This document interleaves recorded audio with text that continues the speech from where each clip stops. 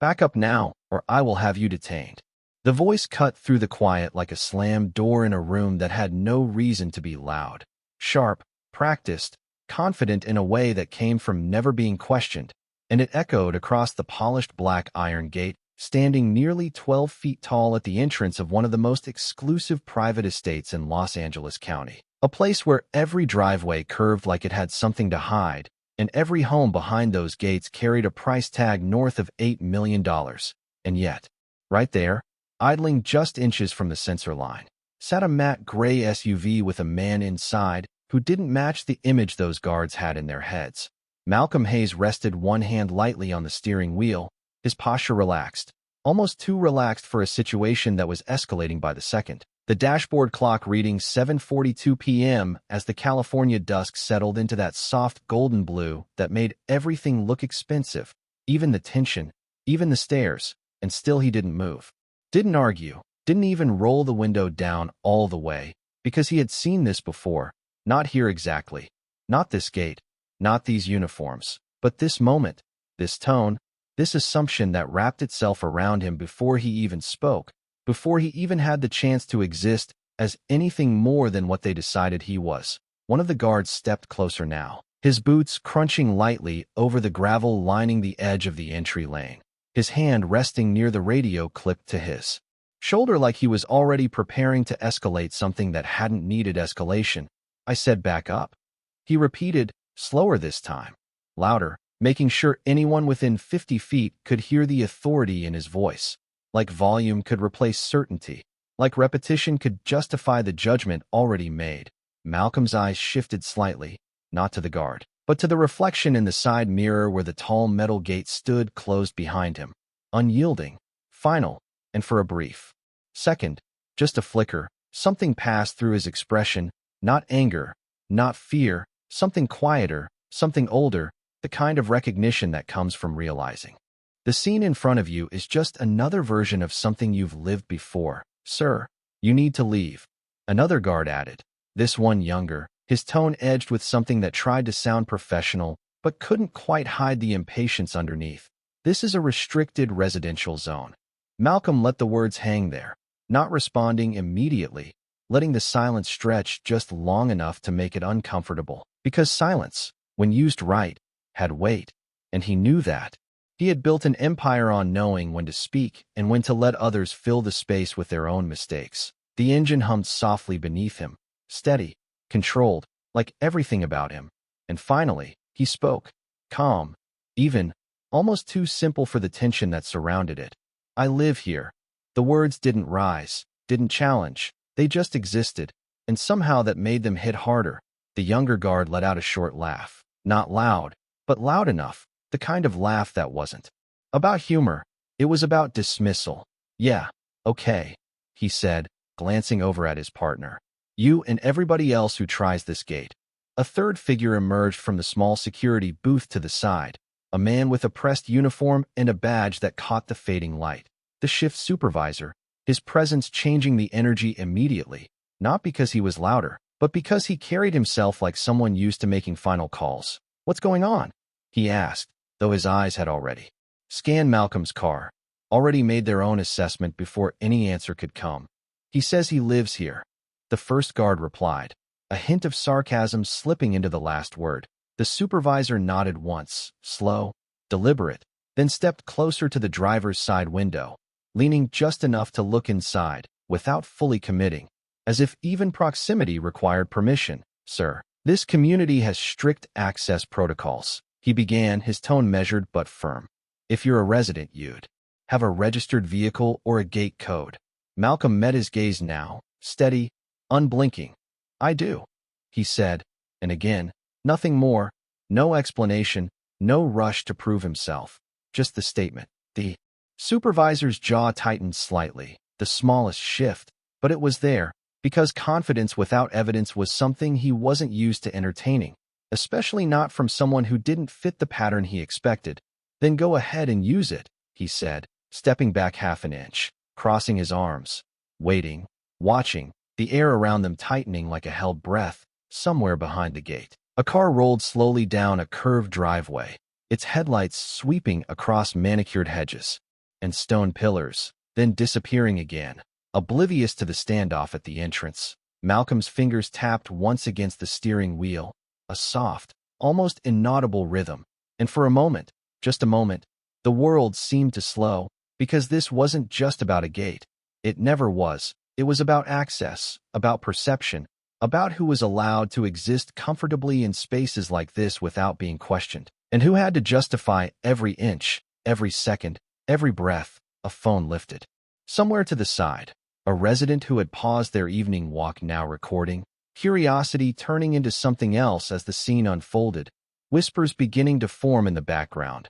"What's happening?" someone asked. "I don't know, but it doesn't look right," another replied, and still Malcolm didn't react to them, didn't acknowledge the growing audience. His focus remained on the men in front of him, the ones who had already decided who he was before he ever said a word. The supervisor exhaled slowly, impatience creeping in now. "Last time I'm going to ask," he said, his voice firmer, sharper. "Either enter your code or back the vehicle away from the gate." And there it was, the line drawn. The ultimatum wrapped in procedure, the assumption hidden behind policy. Malcolm leaned back slightly in his seat, his eyes drifting for just a second to the rearview mirror, and in that reflection, the present blurred with something older, a memory of another entrance, another building. Years ago, where he had stood in a pressed shirt and borrowed confidence, told politely but firmly that he didn't belong, that maybe he had the wrong address, that maybe he should check again, and the feeling that followed, not loud, not explosive, just a quiet tightening in his chest that said this wasn't the first time and wouldn't be the last.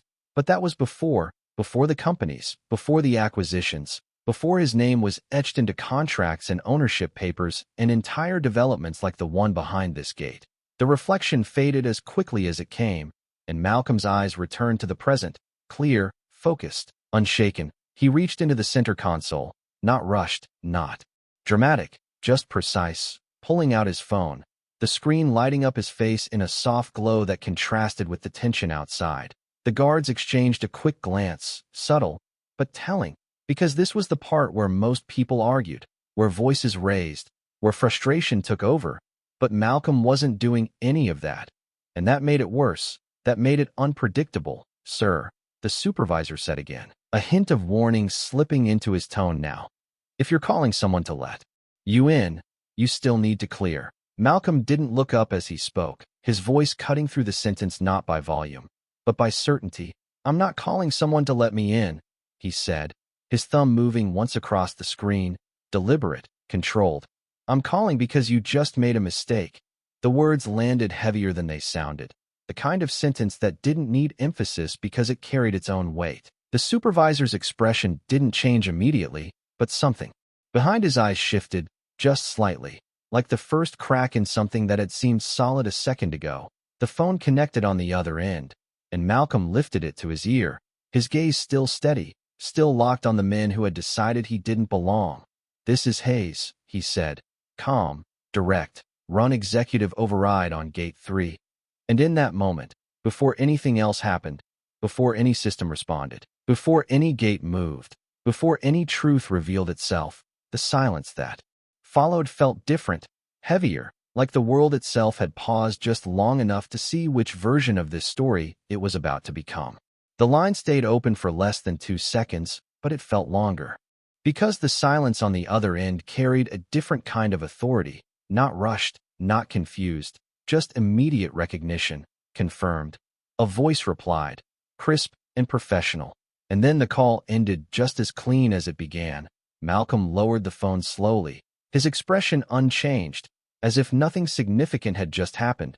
But outside the vehicle the energy shifted in small, almost invisible ways. The younger guard straightened slightly, his earlier confidence thinning into uncertainty. The supervisor did not move, but his eyes flicked briefly toward the security panel mounted beside the gate, a screen that had been idle a moment ago now blinking with a soft amber light.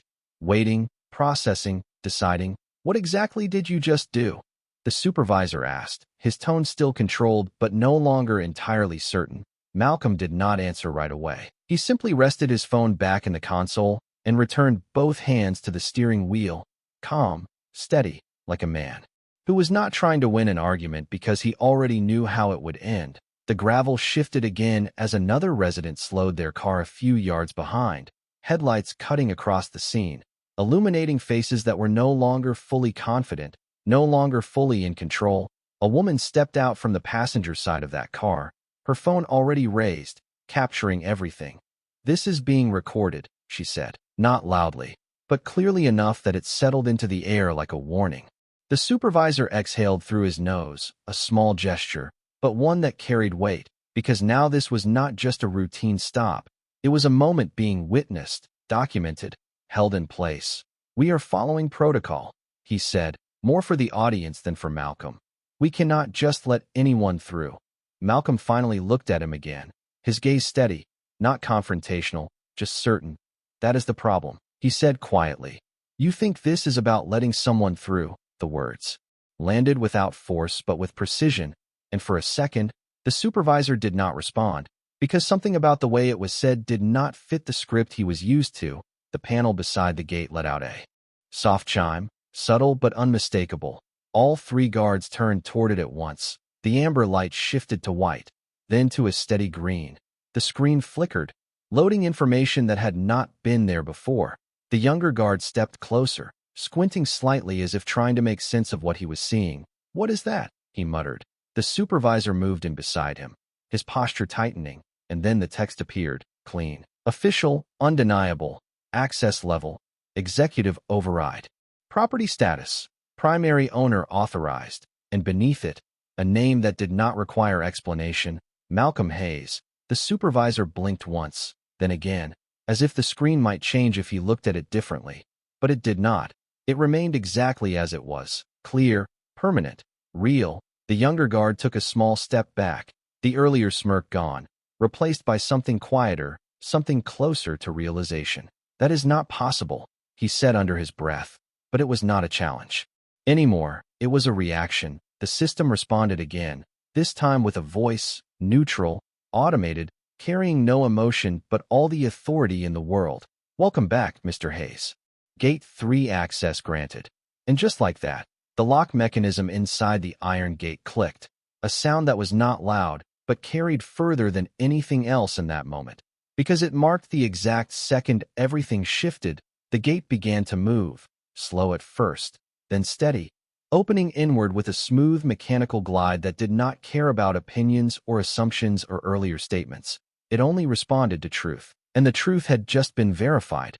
The woman filming lowered her phone slightly, her expression changing from curiosity to something else, something closer to understanding. "Wait," she said softly. "He owns this place." The words did not need volume. They traveled anyway, passing through the small gathering of people, reshaping the moment in real time. The supervisor straightened, but not in the same way as before. This was not authority. This was recalibration. The kind that happens when the ground beneath you shifts and you have to find your footing again. "Sir," he began the word. Different now, heavier, but Malcolm raised a hand slightly, not aggressively, just enough to pause the sentence before it could form. "Do not," he said, calm, controlled. "Do not change your tone now." The supervisor stopped, the words catching in his throat, because there was no argument to that, no defense that would not sound like exactly what it was. Too late. Malcolm opened the door of his vehicle slowly and stepped out, his height, his presence, his stillness now fully visible in a way it had not been before. The fading light catching the edges of his face, his posture, everything about him grounded, deliberate. He looked from one guard to the next, not rushing, not scanning, just seeing them. And in that moment, the silence returned, but it was not the same silence from before. This one carried consequence. "You stopped me at my own gate," he said, his voice even, but every word landed with weight. "You questioned me, dismissed me, and decided I did not belong here before you. Had a single fact." The younger guard looked down, unable to hold the gaze. The supervisor held it for a second longer, then broke it as well, because the truth in front of him was not something he could out-argue. The system panel remained lit beside them, the name still visible, still undeniable. Malcolm took one step forward, closing the distance slightly, not in threat, but in presence. "You were not protecting this property," he continued. You were protecting an idea of who you think belongs in it. The words settled into the space, heavier than any raised voice could have been. Behind them, the gate was now fully open, revealing the long, private drive, the stone-lined path leading into a community that had been built, funded, and owned by the man standing right there. And yet none of that had mattered until the system said it out loud, until a screen confirmed what his presence alone had not been allowed to. The supervisor cleared his throat, the gesture small but revealing. Mr. Hayes, he said, finally using the name. We were not aware. Malcolm shook his head slightly, cutting the sentence short, not out of impatience, but because the explanation was not needed. That is exactly the point, he said, his voice still calm, still controlled. You should not need to be aware of who I am to treat me with respect. The statement did not rise. It did not accuse. It simply existed as truth, and that made it harder to ignore. The woman filming raised her phone again, this time not out of curiosity, but because she understood what she was witnessing, not just a misunderstanding, not just a mistake, but a moment where something deeper had been exposed, something that did not fix itself with an apology. Malcolm glanced briefly toward the open gate, then back at the men in front of him, his decision already made, already forming before he spoke it. Stay right here, he said, not loud, not forceful, but final. And as he reached for his phone again, the shift that had started seconds ago was about to become something none of them could step back from. The moment Malcolm lifted his phone again, the air tightened in a way that no one could ignore, not because of what he was about to say, but because of what had already been proven. The illusion had cracked, and now everything that followed would carry weight, real weight, the kind that did not fade when the moment ended. The supervisor shifted his stance slightly, no longer squared in authority, but angled in uncertainty, as if he were trying to find a position that made sense in a situation that no longer followed the rules he thought he understood. Sir, we can resolve this right now, he said carefully, choosing each word with more caution than before. There is no need to escalate. Malcolm tapped the screen once, not abruptly, not aggressively, just with finality, and the call connected instantly. This is Hayes, he said, his voice steady, controlled. I need regional oversight on Gate 3, immediately. There was no pause on the other end, no confusion, only recognition. Understood, Mr. Hayes, the voice replied, calm, precise. Security command is being looped in now. Malcolm lowered the phone slightly, but did not end the call, allowing the line to stay open, allowing every word spoken next to be heard beyond this gate, beyond this moment. The younger guard glanced at the supervisor, a silent question in his eyes, but there was no answer to give, not anymore. The balance had shifted too far. The woman filming stepped a little closer now, not intruding, but present, her voice low as she spoke into her phone. This is not just a misunderstanding, she said. This is something else. And the comments began to move faster on her screen, reactions building in real time, reflecting what everyone here was starting to understand. Malcolm turned slightly, not toward the camera, but toward the open gate behind him, then back again, measuring the space, measuring the moment. How long have you worked this post? He asked, his tone neutral, not accusatory, just direct. The younger guard hesitated, caught off guard by the question. About 8 months, he answered, his voice quieter now, stripped of the earlier edge. Malcolm nodded once, then looked at the supervisor. And you? He asked. The supervisor straightened slightly, instinct returning in fragments. 3 years, he said, but the confidence that would have filled that answer earlier was no longer there.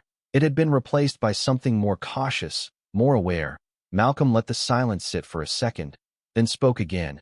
In those 8 months, he said, glancing back at the younger guard. How many times have you stopped someone at this gate and assumed they did not belong before verifying who they were? The question landed without accusation but carried implication. The younger guard swallowed slightly, his eyes dropping to the ground, because there was no clean answer to that, no way to separate policy from assumption in a way that felt honest. Malcolm did not wait for a response. He already knew. And in 3 years, he continued, looking back at the supervisor, how many times have you reinforced that approach as acceptable? The supervisor's jaw tightened, but he did not respond either, because the truth was not something that could be explained away in a single sentence. Not when it had been built into routine, into habit, into the quiet decisions made without being questioned. The voice on Malcolm's phone spoke again, now clearer, now carrying a different presence. "Mr. Hayes, this is Daniel Brooks, Regional Director of Security Operations. I am on the line."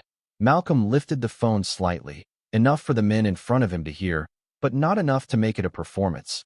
This was not for show. This was process. "Daniel," Malcolm said, calm, direct, "I am standing at Gate 3 of the West Ridge Estate, and I have just been denied entry to my own property by your team." The words did not rise. They did not need to. They carried their own force. There was a brief pause on the other end. Not hesitation, but recalibration. "Understood," Daniel replied, his tone tightening with immediate attention. "I am pulling the live feed now." The supervisor's eyes flicked toward the camera mounted above the gate, suddenly aware that this moment was not contained to just the people standing here. It was being seen, reviewed, evaluated. "You will see everything you need," Malcolm added, his voice still even, "from the initial stop to the point where my access had to be verified by system override." Another pause, shorter this time, sharper. "I see it," Daniel said, and something in his tone shifted, not uncertainty, but clarity. "Stay where you are. Mr. Hayes, do not proceed inside yet." Malcolm glanced briefly at the open gate again, then back at the guards. "I was not planning to," he replied. The supervisor took a small step forward, his hands no longer crossed, no longer closed off. "Mr. Hayes," he began, "we can correct this right now. This was a misunderstanding of." Malcolm looked at him, not sharply, not aggressively, but in a way that stopped the sentence before it could finish. "Do not call it a misunderstanding," he said, his voice still calm, but now carrying something deeper, something firmer. "A misunderstanding is when facts are unclear. This was a decision made before any facts were checked." The supervisor fell silent again, because there was no way to argue with that without denying what had just happened. The younger guard shifted his weight from one foot to the other, the earlier certainty completely gone now, replaced by a quiet awareness that something bigger than this moment was unfolding, something that would not end when the gate closed again. Malcolm took a slow breath, not out of frustration, but out of control, maintaining the pace, maintaining the clarity. "Daniel," he said into the phone, "I want to be very clear about what happens next." The line remained silent, attentive. "This is not about access," Malcolm continued. "This is about conduct. This is about how your team engages with people they do not immediately recognize. And this is about a pattern that I am certain does not start and end at this gate." The words settled, heavy, deliberate, the kind that expanded beyond the moment they were spoken. Daniel responded without hesitation this time, his tone firm, decisive. "Understood, Mr. Hayes. We will initiate a full review immediately." Malcolm's eyes remained on the two men in front of him, not with anger, not with triumph, but with something more controlled, more intentional. "Not a review," he said quietly, "an action." And that was when the weight of the situation fully landed, not just on the guards, not just on the supervisor, but on the moment itself, because whatever came next was no longer about correcting a mistake. It was about answering for it, and there was no system override for that. The word action did not echo, but it landed like something final, something that could not be softened or redirected. And for a moment no one spoke because there was nothing left to fill the space with. The usual tools were gone. Tone, posture, assumption, none of them worked anymore. Malcolm stood exactly where he was, unmoved, grounded, as if the entire moment had been anchored to him from the beginning. The supervisor shifted again, this time not out of authority, but out of instinct, searching for something to say that would not make it worse. "Mr. Hayes," he tried again, his voice lower now, more careful. "We can correct the behavior immediately, retrain the team, ensure this does not happen again." Malcolm looked at him, not dismissive, not aggressive, just steady. "You are still talking about fixing the moment," he said. "I am talking about addressing the pattern that created it." The distinction hung in the air, quiet but sharp. The younger guard glanced up briefly, then back down again, his earlier confidence replaced by something closer to reflection, as if for the first time he was replaying what had just happened from a different angle, not as procedure, but as impact. The voice on the phone returned, now firmer, carrying a different kind of urgency. "Mr. Hayes, we have full visual confirmation," Daniel said, "and I agree with your assessment." There was no hesitation in his tone now, no distance, just alignment. "Effective immediately, the current team at Gate 3 is being relieved of duty pending investigation." The words moved through the space slowly, not because they were spoken slowly, but because everyone present understood exactly what they meant. The supervisor inhaled slightly, a controlled breath, but one that carried weight, because this was no longer about regaining control, it was about losing it in real time. "Sir," he said, turning slightly toward Malcolm, "we have served this community professionally. We have followed protocol." Malcolm raised his hand again, the same small gesture, the same quiet authority, stopping the explanation before it could build into justification. "Protocol does not protect you from bias," he said calmly. "It exposes it." The sentence did not rise, but it landed harder than anything said before, because it left no room for interpretation. The supervisor's shoulders lowered slightly, not dramatically, just enough to show the shift, the recognition that whatever he said next would not change the outcome already in motion. The younger guard took a step back, then another, as if creating distance would somehow soften the reality settling around him. The woman filming lowered her phone for a second, not because the moment was over, but because she understood it had reached a point where the truth no longer needed amplification. It was already clear. Malcolm turned his attention back to the phone, his voice steady, controlled. "Daniel," he said, "I want a full audit of interactions across all gates in this community for the last 12 months. There was no pause this time, no recalibration. "Understood," Daniel replied immediately. "We will pull all logs, all footage, and all incident reports." Malcolm nodded once, a small motion, but deliberate. "And I want independent review on those findings," he added. "Not internal, not filtered, independent." The supervisor looked up at that, just for a second, because that meant something bigger than this gate, bigger than this shift. It meant exposure, the kind that reached beyond a single moment and into the structure that allowed it to exist. Daniel responded again. "That will be arranged," his tone firm, committed. Because at this point there was no alternative, Malcolm ended the call with a single tap. No hesitation, no lingering, just closure. The silence that followed was different again, not tense, not uncertain, but settled, like something had been decided, and now everything else had to catch up to it. Malcolm slipped the phone back into his pocket and took a slow step forward, not toward the gate, but toward the men in front of him, his presence filling the space without force, without urgency, just certainty. "You said you were protecting this community," he said, looking at the supervisor, "but you never asked who I was protecting it for." The supervisor did not respond, because the answer was already clear, already exposed. Malcolm shifted his gaze briefly to the younger guard. "And you followed that lead," he added, not accusing, just stating, "without questioning what you were seeing." The younger guard swallowed again, nodding slightly, not in agreement, but in acknowledgement. Because there was nothing else left to do, Malcolm let the moment sit for a second, not dragging it out, not pressing further, just allowing the weight of it to settle where it needed to. Behind them, the open gate stood silent, no longer a barrier, just an entrance. But now it meant something different. It was no longer about access. It was about accountability. Malcolm turned slightly, glancing down the long driveway that stretched into the community, the place he had built, the place he had invested in, the place that still required him to prove he belonged at its entrance. And for a brief second, something passed through his expression again. Not anger, not satisfaction, something quieter, something resolved. He looked back at the supervisor one last time, his voice calm. "Final, you did not fail because you made a mistake," he said. "You failed because you believed the mistake was justified." The words settled into the air, heavier than anything that had come before, because they closed the gap between action and belief, between what happened and why it happened.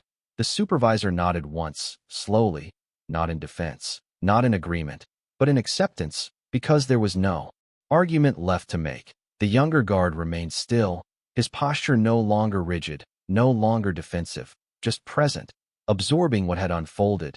The woman filming lifted her phone again, capturing the quiet end of something that had started loud, Capturing the moment where the noise faded but the meaning remained, Malcolm stepped back toward his vehicle, opening the door with the same calm precision he had carried from the beginning. But before he got in, he paused, just for a second, looking once more at the two men who had stopped him, not with resentment, not with triumph, but with clarity. "Next time," he said, his voice low, steady. "Do not wait for a system to tell you who deserves respect." And with that, he stepped into the vehicle, the engine still running, still steady. And as the gate remained open in front of him, the moment behind him did not close. It expanded. Because what had just happened at that entrance was no longer contained to that place. It had already begun to reach beyond it. The door closed with a soft, controlled click, not rushed, not slammed, just final. And for a moment Malcolm did not move the vehicle. He sat there with both hands resting lightly on the steering wheel. The open gate ahead of him no longer a barrier, but not yet something he chose to pass through, because the moment behind him was not finished, not in the way that mattered. In the side mirror, he could still see them standing there. The supervisor slightly turned, the younger guard a step back. Both of them caught in that quiet space between what had just happened and what it meant, the kind of space that did not resolve quickly. The engine hummed steadily beneath him, a low, consistent sound that filled the silence without interrupting it. Malcolm exhaled slowly, not out of tension, but out of control, resetting the moment in his own way before moving forward. The phone in his pocket vibrated once, a short, precise signal. He pulled it out and glanced at the screen. A message from Daniel, concise, direct. "Relief team en route. Arrival in 4 minutes." Malcolm read it without reacting outwardly, then locked the screen and set the phone back down. For minutes, not long, but long enough for everything to settle into place. Behind him, the woman who had been filming lowered her phone completely now, stepping closer but still keeping a respectful distance. "Sir," she said, her voice careful, not intrusive. "I just want to say that what you did, it mattered." Malcolm turned his head slightly toward her, not fully, just enough to acknowledge her presence. His expression calm, unchanged. "What I did," he said quietly, "was not the important part." She hesitated. For a second, unsure how to respond, and he continued, "What mattered was what happened before I did anything at all." The words were not dismissive. They were clarifying, shifting the focus from reaction to cause. She nodded slowly, understanding settling in as she processed the difference. "You are right," she said, softer now, more to herself than to him. Malcolm gave a small nod, then returned his gaze forward. The long driveway stretching into the estate ahead, lined with trimmed hedges and evenly spaced lights that were beginning to glow as the evening deepened. Everything about it designed to feel controlled, curated, secure, and yet the moment at the gate had exposed something none of that could hide, something that did not belong to architecture or landscaping or price tags, something human, something learned, something repeated. The supervisor took a step forward then stopped, as if unsure whether he should approach or remain where he was. Finally he spoke, his voice quieter than before, stripped of authority but not of presence. "Mr. Hayes," he said. Malcolm did not turn this time, but he listened. "I understand what you are saying," the supervisor continued, choosing his words carefully, "and I will not argue with it." Malcolm's eyes remained on the road ahead, but his attention was fully there. "But I want you to know that this was not intentional in the way it may have appeared." Malcolm let a brief pause pass, then responded without turning. "That is what makes it more important," he said. The supervisor fell silent again, because that answer did not accuse, it did not escalate, but it removed the last defense, the idea that intent could excuse impact. The younger guard shifted slightly, then spoke for the first time since the call, his voice low, uncertain. "I did not think about it like that," he admitted, not to Malcolm directly, but into the space between them. Malcolm nodded once, still facing forward. "Most people do not," he said. The statement simple, but not dismissive. It carried recognition, not judgment, because this was not new, not rare, not isolated. It was part of something larger, something that repeated itself until it was seen clearly enough to stop. The sound of an approaching vehicle broke the quiet, headlights turning into the entrance lane, slowing as they reached the gate. A black company SUV with a logo discreetly placed on the door. The relief team. Right on time. The supervisor straightened instinctively, But it was different now. Not the same posture as before. This one carried awareness, context. The vehicle came to a stop just outside the gate. Two individuals stepped out, both in uniform, both moving. With purpose but without urgency. They had already been briefed, already understood what they were walking into. One of them, a woman in her early 40s with a composed presence, approached the supervisor first, her tone professional, direct. "We will take it from here," she said, not harsh, not soft, just clear. The supervisor nodded once, stepping back without resistance, because there was nothing left to hold on to. The younger guard followed suit, both of them now observers in a situation they had controlled just minutes earlier. The woman then turned slightly toward Malcolm's vehicle, not approaching fully, just enough to acknowledge him. "Mr. Hayes," she said, her voice steady. "We are here to ensure everything proceeds correctly from this point." Malcolm gave a slight nod in return, acknowledging without engaging further, because the process was already in motion. The system had responded, the oversight had been activated, the consequences had begun. He shifted the vehicle into drive. The motion smooth, controlled, and slowly the SUV moved forward, crossing the threshold of the gate. The tires rolling over the sensor line that had stopped him minutes earlier, but now offered no resistance, no hesitation, as if it had never been anything more than a mechanism waiting for the right input. The gate remained open behind him, the scene still visible in the rearview mirror, the supervisor standing still, the younger guard beside him, the relief team taking position, everything continuing without him, because it did not require his presence anymore. What needed to happen would happen. And as Malcolm drove further into the estate, the lights along the driveway reflecting off the windshield in steady intervals, his expression remained the same, calm, grounded, but there was a shift beneath it, not in emotion, but in direction, because this was not the end of something. It was the beginning of something that would not stay at the gate, something that would move through every part of the system that allowed that moment to happen. The phone in the console vibrated again, another message. This time from his executive assistant, brief, efficient, board notified. Review scheduled for 8:30 p.m., full documentation being compiled. Malcolm glanced at it for a second, then nodded to himself, not in satisfaction, but in confirmation, because this was how change happened, not through noise, not through reaction, but through structure, through decisions that did not fade when the moment passed. And as the gate behind him began to close slowly, returning to its position, its function, its role, it did not erase what had happened there. It sealed it in, marked it as the point where something had been seen clearly enough that it could no longer continue the same way, and Malcolm did not look back again. The SUV moved deeper into the estate, tires gliding over smooth asphalt that curved gently between manicured lawns and stone-lined walkways. Each home set back with intention, privacy designed into every inch. But Malcolm was not looking at the houses, not noticing the architecture, not even the symmetry of the streetlights flickering on one by one as the sky darkened into a deeper blue. His focus was elsewhere, not behind him, not fully ahead either, but somewhere in between, where the moment at the gate was already being processed, broken down, examined, not emotionally but structurally, because for Malcolm, moments like that were never isolated. They were indicators, signals of something larger operating beneath the surface. And as he drove, his mind moved through it with the same precision he applied to every acquisition, every decision, every system he had ever built. The phone on the console lit up again, not vibrating this time, just a silent notification. He glanced down briefly, another message from his assistant, preliminary. Reports show 3 prior access disputes flagged at Gate 3 within the last 6 months. Malcolm did not react outwardly, but the information settled immediately, confirming what he had already suspected. This was not an anomaly.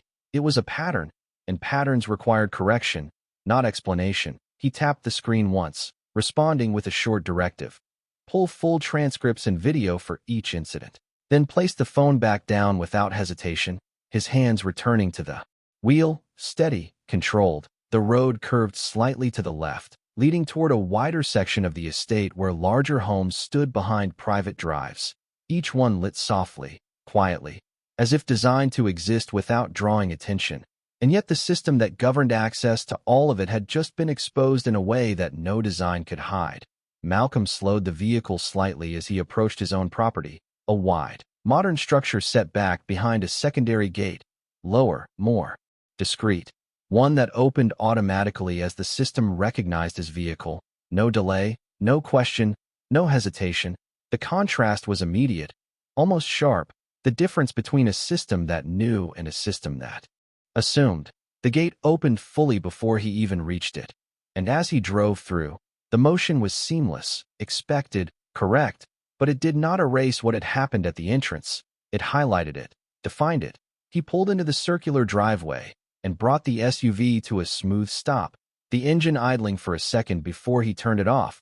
The quiet that followed was different from the one at the gate. This one was controlled, contained, but his mind did not settle with it, because the work had already begun. He stepped out of the vehicle, closing the door with the same calm precision, and for a brief moment he stood there, looking at the house, not as a possession, not as a symbol, but as a responsibility, something he had built, something he had shaped, and something that had just been challenged in a way that could not be ignored. The phone rang, not a message this time, a direct call. He answered immediately. "Hayes," he said, his tone steady. Daniel's voice came through more formal now, more structured. "Mr. Hayes, we have initiated immediate suspension of the Gate 3 team. They have been removed from active duty and are currently being debriefed." Malcolm walked slowly toward the front entrance, not rushing, not pausing, just moving with intention. "Good," he replied. "And the audit?" Daniel did not hesitate. "Already in motion. We are compiling all entry logs, video footage, and interaction reports across all gates, not just Gate 3. Malcolm nodded slightly, even though Daniel could not see it. "Expand it to all properties under the same management group," he said.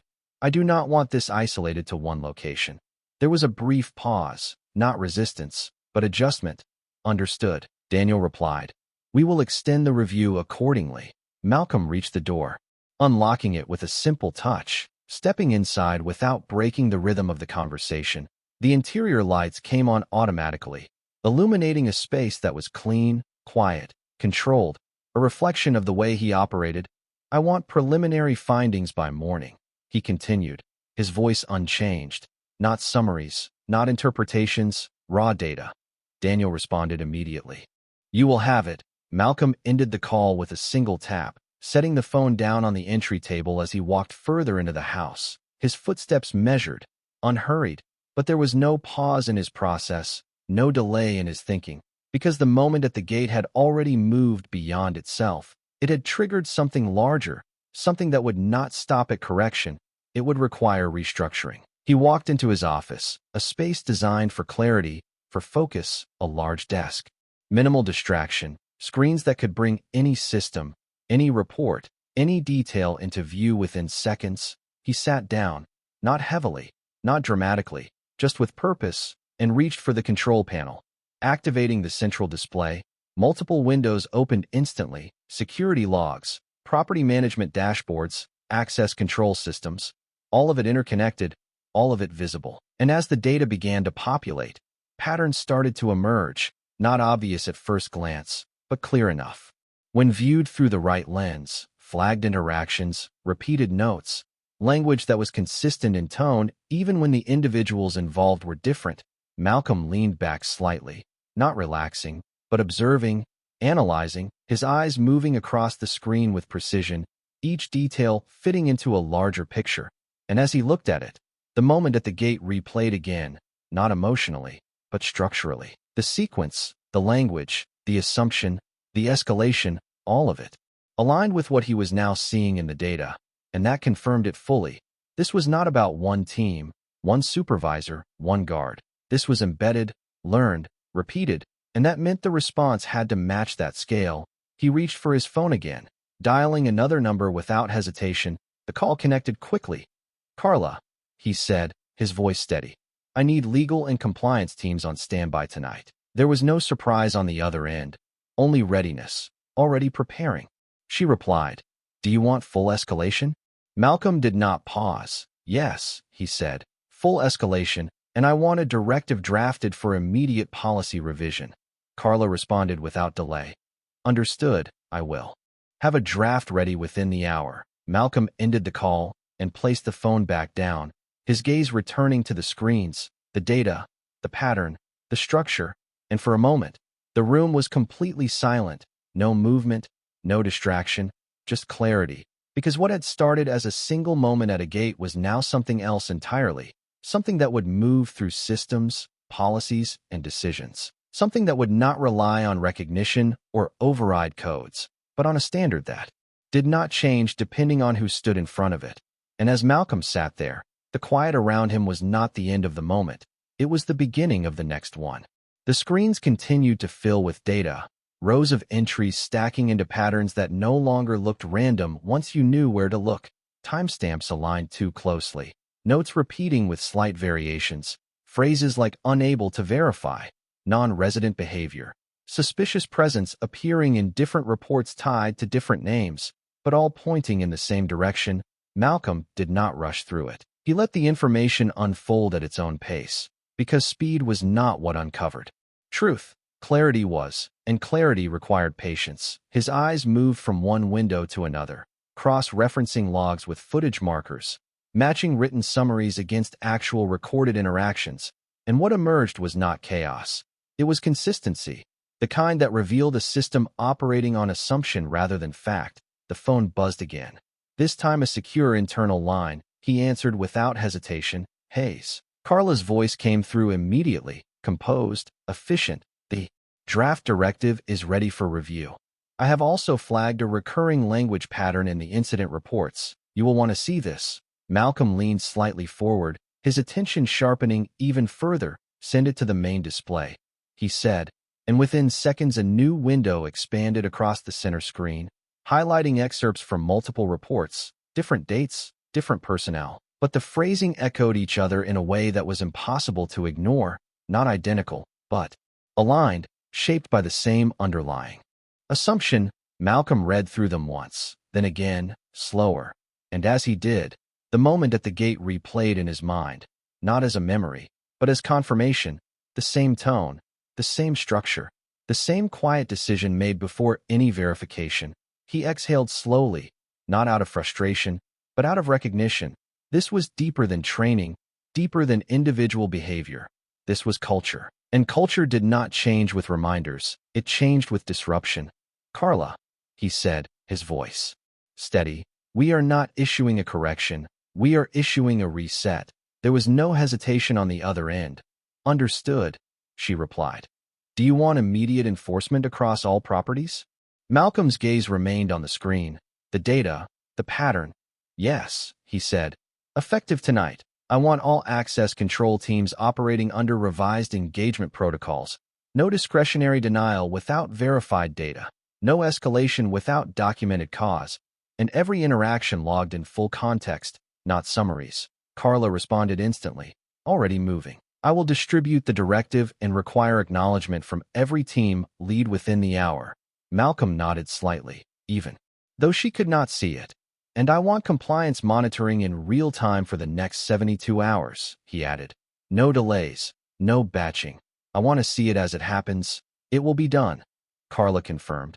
The call ended cleanly, and Malcolm leaned back slightly in his chair, not to rest, but to see the full scope of what was now in motion. The screens in front of him no longer just data, but a map of something that had been operating quietly until now. And as he looked at it, the weight of the decision settled, not heavy, but firm. This was not reaction. This was direction. A soft chime sounded from another panel, a live feed notification. He tapped it open without hesitation, and the camera view from Gate 3 appeared on the screen. The same entrance, the same structure, but the scene had changed. The relief team was fully in position now, the supervisor and the younger guard standing off to the side, no longer engaged, no longer in control, their posture different, not defeated but reflective, as if the moment had not ended for them. It had only just begun to make sense. The new team moved with a different rhythm, measured, procedural, but not distant. One of them approached an arriving vehicle, spoke briefly, checked the system, and then allowed entry without delay. The interaction smooth, respectful, efficient. Malcolm watched it for a moment, not long, just enough to see the difference, not an outcome, but an approach. And that was where the change lived, not in what happened, but in how it happened. The phone rang again. This time from Daniel. Malcolm answered. Hayes, Mr. Hayes, Daniel said, his tone more grounded now, less reactive, more aligned. We have completed initial debrief with the Gate 3 team, and I want to be transparent with you. What you identified is not isolated. It reflects a broader issue in how discretionary judgment has been applied. Malcolm listened without interruption, his expression unchanged. And your assessment? He asked. Direct. Daniel did not hesitate. It requires structural correction, not retraining alone. Malcolm nodded slightly. Then we are aligned, he said, the clarity between them now complete, no longer reactive, but operational. Daniel continued. We will support full implementation of your directive, and I will personally oversee compliance across all affected locations. Malcolm leaned forward slightly, his voice still calm, but carrying finality. This is not about oversight, Daniel, he said. It is about standard, and standard does not adjust based on who is standing at the gate. There was a brief pause, not disagreement, but absorption. Understood, Daniel replied, quieter now, because the distinction had landed. Malcolm ended the call and returned his attention to the screens, the data still moving, still updating, but now within a different framework, one that had been defined, not assumed. He reached for the keyboard and entered a final command, pulling up a consolidated report of all access interactions flagged under discretionary review. The list populated quickly, longer than it should have been, but no longer surprising. And as he looked at it, the moment at the gate no longer stood alone. It was part of this, part of something that had existed long before that evening and would have continued if left unchallenged. Malcolm closed the report window slowly, not out of avoidance, but out of completion, because the next phase was already in motion.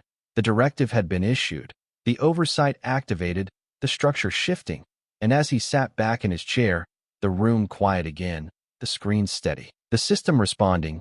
There was no sense of victory, no satisfaction, just clarity, because what had happened was not resolved. It had been addressed, and addressing it meant it would not return in the same form. The phone remained still now, no new messages, no new alerts, just silence, controlled, intentional, and Malcolm let it remain that way for a moment, not because there was nothing left to do, but because everything that needed to start had already begun. The silence in the room did not feel empty. It felt active, like something was still moving beneath it, systems recalibrating, decisions cascading outward beyond the walls of Malcolm's office. And as the minutes passed, the screens continued to update in real time. Each new entry no longer just data, but evidence of a shift already taking hold. Interactions that once carried vague language now appeared with full context. Names verified before assumptions. Access granted or denied based on clear criteria rather than instinct. And Malcolm watched it without interruption, not because he expected perfection, but because he understood that change did not arrive loudly. It arrived in patterns, the kind that replaced old ones quietly until the difference became undeniable. A soft alert appeared in the corner of the main display, compliance acknowledgement logs. One by one team leads across multiple properties confirming receipt of the directive, each acknowledgement time-stamped, each one a signal that the structure was being accepted, not debated, and Malcolm leaned slightly forward, scanning the list, noting the pace, the consistency, the absence of delay, because hesitation would have revealed resistance. But there was none. The system was responding exactly as it should when.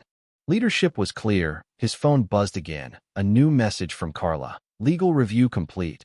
No conflicts with existing contracts. Enforcement fully supported. Malcolm read it once and set the phone down. That piece now locked in. No gaps, no loopholes. The directive would hold. And that mattered, because without that, everything else would have been temporary. Another alert followed almost immediately, this time from Daniel. First compliance report incoming. Malcolm tapped it open, and a live feed expanded. Not just Gate 3, but multiple entrances across different properties, each one showing interactions in real time. Guards engaging with drivers, checking systems, speaking in measured tones, no raised voices, no premature conclusions. The difference was subtle to an outside eye, but unmistakable to someone who understood the structure behind it. Malcolm watched for a moment, then another, his gaze steady, analytical, and as he did, Something shifted internally, not in reaction, but in confirmation. This was working, not perfectly, not completely, but correctly. The foundation had been adjusted, and everything built on top of it would follow. He leaned back slightly, allowing the screens to continue updating without direct input. And for a brief moment, the memory of the gate returned again, not as tension, but as reference, the tone, the words, the assumption. And then the contrast with what he was seeing now. The same roles, the same environment, but a different outcome because the approach had changed. That was the difference, not the gate, not the property, not the people, but the standard applied to them. The phone rang again. Another direct call. He answered without hesitation. Hayes. It was not Daniel this time. Not Carla. A different voice. One of the board members, older, measured, accustomed to control. Malcolm, the man said. I have been briefed on the situation at the estate. Malcolm did not respond immediately, allowing the statement to settle before engaging. And, he asked, direct. The man paused briefly, then continued. The response has been comprehensive. There was a subtle shift in tone, not criticism, not approval. Something in between, evaluating. Malcolm remained still, his voice calm. It needed to be, he said. The board member exhaled lightly, a sound that carried more thought than words. There are concerns about the scope of the directive, he said, carefully. Expanding this across all properties so quickly could have operational implications. Malcolm's gaze did not change, his posture did not shift, but his voice carried a quiet finality. So does ignoring it, he replied. The silence on the other end stretched slightly longer this time, because that answer did not invite debate. It closed it. The board member spoke again, slower now, more deliberate. You believe this is systemic. Malcolm did not hesitate. I do not believe it, he said. I confirmed it. The distinction settled heavily, not as confrontation, but as clarity, because belief could be argued, confirmation could not. Another pause followed, then a different tone, less guarded, more aligned. Then you have my support. The man said, simply. Malcolm gave a slight nod, even though it could not be seen. That is all I need, he replied, and ended the call. The room returned to silence again, but it felt different now, not just active, but established, the direction set, the support aligned, the system moving. Malcolm stood slowly from his chair, not out of restlessness, but out of completion, walking toward the large window that overlooked the property, the lights outside now fully on, the estate quiet, controlled, as it had always appeared. But now he saw it differently, not just as a space, but as a system that required constant alignment to the values it claimed to represent. He stood there for a moment, looking out, not searching, not reflecting emotionally, but observing, confirming. The phone vibrated once more on the desk behind him, but he did not turn immediately, because for the first time since arriving home, there was no urgency in the movement. Everything that needed to be set in motion had been.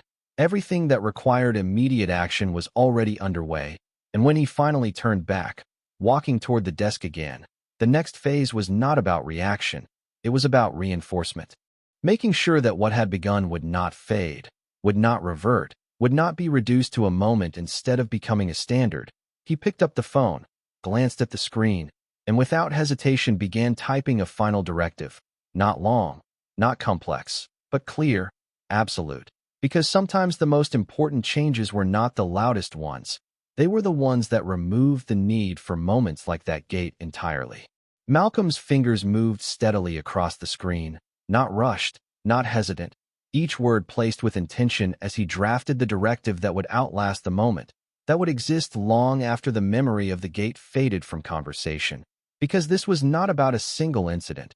It was about removing the conditions that allowed it to happen in the first place. The message was clear, direct, and uncompromising. All access control personnel are required to operate under verified identity protocols prior to discretionary judgment.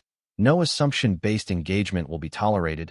Every interaction must begin with verification, not perception. He paused briefly, not to rethink, but to refine, because clarity mattered more than length. The directive continued.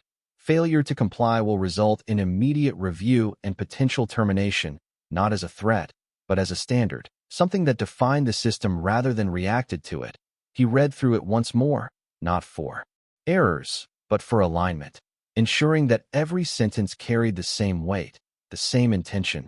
Then he sent it, not to one person, not to one team, but to every operational lead across the network, a single action that moved through layers of structure instantly.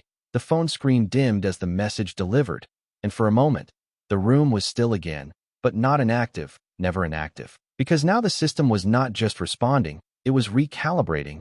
Malcolm set the phone down and returned his gaze to the main display, the compliance feed still active, still updating. But now there was something new, acknowledgments tied specifically to the directive he had just issued, confirmations coming in from different regions, different time zones, different teams, each one marking a shift, not in theory, but in execution. And as he watched, the pattern changed again, not just in behavior, but in language, notes becoming more precise, more grounded in fact, less filtered through interpretation. It was subtle, but it was there, and that was enough, because change did not need to be loud to be real. It needed to be consistent. The phone rang again, and this time Malcolm did not look at the screen before answering. "Hayes," he said, his voice steady as ever. It was Daniel again, but his tone had shifted further, less reactive, more aligned with the direction now in place. "Mr. Hayes, the directive has been received and implemented across all properties," he said. "I wanted to personally confirm that the teams understand the severity and the expectation." Malcolm listened, then responded without hesitation. "Understanding is not the goal," he said. "Execution is." There was a brief pause on the other end, not confusion, but acknowledgement, because the distinction mattered. "Understood," Daniel replied, his voice firm. Malcolm continued. "Monitor the first 12 hours closely. I want immediate flags on any deviation, not summaries at the end of the day. Real-time correction." Daniel responded instantly. "You will have it." Malcolm ended the call and leaned back slightly, his eyes returning to the screens, but this time not searching, not analyzing, just observing. Because the structure was now in place, the system had direction, and what followed would be a matter of consistency, not reaction. The office remained quiet, the only sound the faint hum of the systems running, the steady flow of data, and for a moment, Malcolm allowed himself to step out of the immediate process, not disengaging, but widening the perspective, because what had happened at the gate was not unique to this estate, not unique to this company. It was part of something broader, something that existed in spaces where perception often preceded verification, where appearance shaped expectation before fact had a chance to intervene. And that was why the response could not be limited, could not be temporary. It had to be structural. It had to be embedded. He stood again, walking slowly across the office, not pacing, just moving, his thoughts aligned, his focus clear, the window reflecting his silhouette against the lit interior, a quiet image of control, not over people, but over systems, over standards, over the way things operated when no one was watching. The phone buzzed again. This time a message from Carla. "Media inquiries starting to come in. Footage from the gate is circulating." Malcolm read it without surprise, because moments like that did not stay contained. Not anymore. Not in a world where everything could be recorded, shared, analyzed within minutes. He typed a brief response. No statement yet. Let the action speak first, and sent it, because explanation without change meant nothing, and change had already begun. Another message followed almost immediately.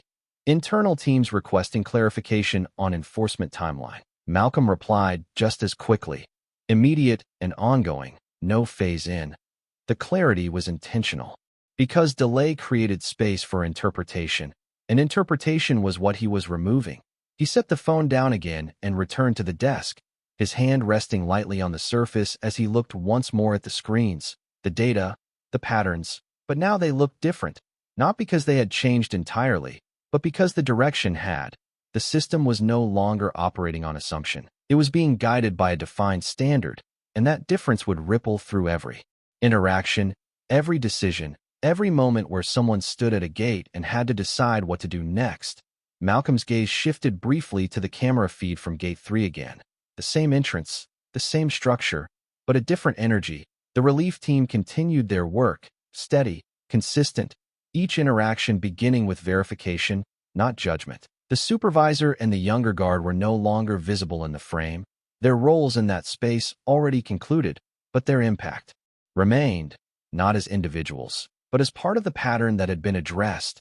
Malcolm watched for a few seconds, then closed the feed, not because it was no longer important, but because it had already served its purpose. It had shown what needed to change, and now that change was in motion. He returned his attention to the broader system, the network, the structure, because that was where the real work lived, not in a single gate, not in a single moment, but in everything that followed. And as the minutes passed, the updates continued, steady, consistent, aligned. Malcolm remained where he was, not moving, not reacting, just present. Because leadership in moments like this was not about being seen. It was about ensuring that what had been set in motion would not stop when the attention moved on. It would continue, quietly, consistently, until the need for moments like that gate no longer existed at all. Malcolm's fingers moved steadily across the screen, not rushed, not hesitant, each word placed with intention as he drafted the directive that would outlast the moment, that would exist long after the memory of the gate faded from conversation. Because this was not about a single incident. It was about removing the conditions that allowed it to happen in the first place. The message was clear, direct, and uncompromising. All access control personnel are required to operate under verified identity protocols prior to discretionary judgment. No assumption-based engagement will be tolerated. Every interaction must begin with verification, not perception. He paused briefly, not to rethink, but to refine, because clarity mattered more than length. The directive continued. Failure to comply will result in immediate review and potential termination, not as a threat, but as a standard, something that defined the system rather than reacted to it. He read through it once more, not for errors, but for alignment, ensuring that every sentence carried the same weight, the same intention. Then he sent it, not to one person, not to one team, but to every operational lead across the network, a single action that moved through layers of structure instantly. The phone screen dimmed as the message delivered, and for a moment, the room was still again, but not inactive, never inactive. Because now the system was not just responding, it was recalibrating. Malcolm set the phone down and returned his gaze to the main display. The compliance feed still active, still updating. But now there was something new. Acknowledgements tied specifically to the directive he had just issued. Confirmations coming in from different regions, different time zones, different teams, each one marking a shift, not in theory, but in execution. And as he watched, the pattern changed again, not just in behavior, but in language. Notes becoming more precise, more grounded in fact, less filtered through interpretation. It was subtle, but it was there, and that was enough, because change did not need to be loud to be real. It needed to be consistent. The phone rang again, and this time Malcolm did not look at the screen before answering. "Hayes," he said, his voice steady as ever. It was Daniel again, but his tone had shifted further, less reactive, more aligned with the direction now in place. "Mr. Hayes, the directive has been received and implemented across all properties," he said. "I wanted to personally confirm that the teams understand the severity and the expectation." Malcolm listened, then responded without hesitation. "Understanding is not the goal," he said. "Execution is." There was a brief pause on the other end, not confusion, but acknowledgement, because the distinction mattered. "Understood," Daniel replied, his voice firm. Malcolm continued. "Monitor the first 12 hours closely. I want immediate flags on any deviation, not summaries at the end of the day." "Real-time correction," Daniel responded instantly. "You will have it." Malcolm ended the call and leaned back slightly, his eyes returning to the screens, but this time not searching, not analyzing, just observing. Because the structure was now in place, the system had direction, and what followed would be a matter of consistency, not reaction. The office remained quiet, the only sound the faint hum of the systems running, the steady flow of data, and for a moment, Malcolm allowed himself to step out of the immediate process, not disengaging, but widening the perspective, because what had happened at the gate was not unique to this estate, not unique to this company. It was part of something broader, something that existed in spaces where perception often preceded verification, where appearance shaped expectation before fact had a chance to intervene. And that was why the response could not be limited, could not be temporary. It had to be structural. It had to be embedded. He stood again, walking slowly across the office, not pacing, just moving, his thoughts aligned, his focus clear. The window reflecting his silhouette against the lit interior, a quiet image of control, not over people, but over systems, over standards, over the way things operated when no one was watching. The phone buzzed again. This time a message from Carla. Media inquiries starting to come in. Footage from the gate is circulating. Malcolm read it without surprise, because moments like that did not stay contained. Not anymore. Not in a world where everything could be recorded, shared, analyzed within minutes. He typed a brief response. No statement yet. Let the action speak first. And sent it, because explanation without change meant nothing, and change had already begun. Another message followed almost immediately. Internal teams requesting clarification on enforcement timeline. Malcolm replied just as quickly. Immediate and ongoing. No phase in. The clarity was intentional, because delay created space for interpretation, and interpretation was what he was removing. He set the phone down again and returned to the desk, his hand resting lightly on the surface as he looked once more at the screens, the data, the patterns, but now they looked different, not because they had changed entirely, but because the direction had. The system was no longer operating on assumption. It was being guided by a defined standard, and that difference would ripple through every interaction, every decision, every moment where someone stood at a gate and had to decide what to do next. Malcolm's gaze shifted briefly to the camera feed from Gate 3 again. The same entrance, the same structure, but a different energy. The relief team continued their work, steady, consistent, each interaction beginning with verification, not judgment. The supervisor and the younger guard were no longer visible in the frame, their roles in that space already concluded, but their impact remained, not as individuals, but as part of the pattern that had been addressed. Malcolm watched for a few seconds, then closed the feed, not because it was no longer important, but because it had already served its purpose. It had shown what needed to change, and now that change was in motion. He returned his attention to the broader system, the network, the structure, because that was where the real work lived, not in a single gate, not in a single moment, but in everything that followed. And as the minutes passed, the updates continued, steady, consistent, aligned. Malcolm remained where he was, not moving, not reacting, just present, because leadership in moments like this was not about being seen. It was about ensuring that what had been set in motion would not stop when the attention moved on. It would continue, quietly, consistently, until the need for moments like that gate no longer existed at all.